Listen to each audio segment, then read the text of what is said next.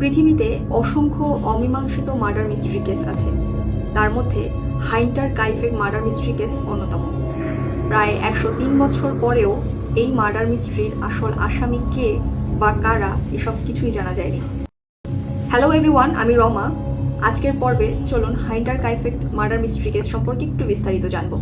1922 সালের ঠিক এই মার্চ মাসে জার্মানির হাইন্টার কাইফেক নামের একটি ফার্ম হাউসে একই পরিবারের 7 জন সদস্যকে কুপিয়ে হত্যা করা হয়।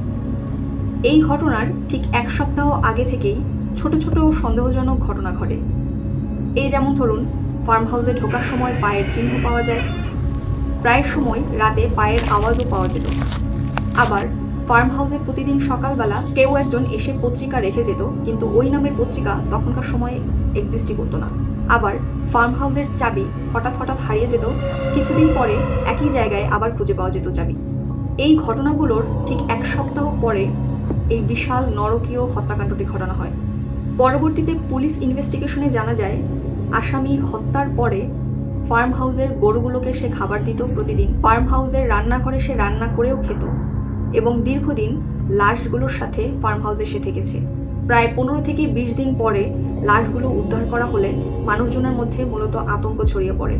এরপরে ম্যাক্সিমাম সময় মানুষ কমপ্লেইন করতো যে ওই ফার্ম হাউস থেকে পায়ের শব্দ শোনা যায়, চিৎকারের শব্দ শোনা যায়, এবং এত আতঙ্কের কারণে জার্মানি গভর্নমেন্ট ফার্ম হাউসটি ভেঙে ফেলার নির্দেশ দেয়।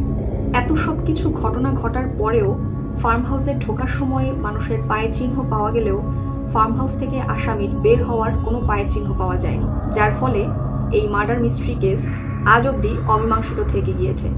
এই ধরনের অমীমাংসিত মার্ডার কেস সম্পর্কে কারোর জানা থাকলে আপনারা চাইলে কমেন্ট সেকশনে জানাতে পারেন।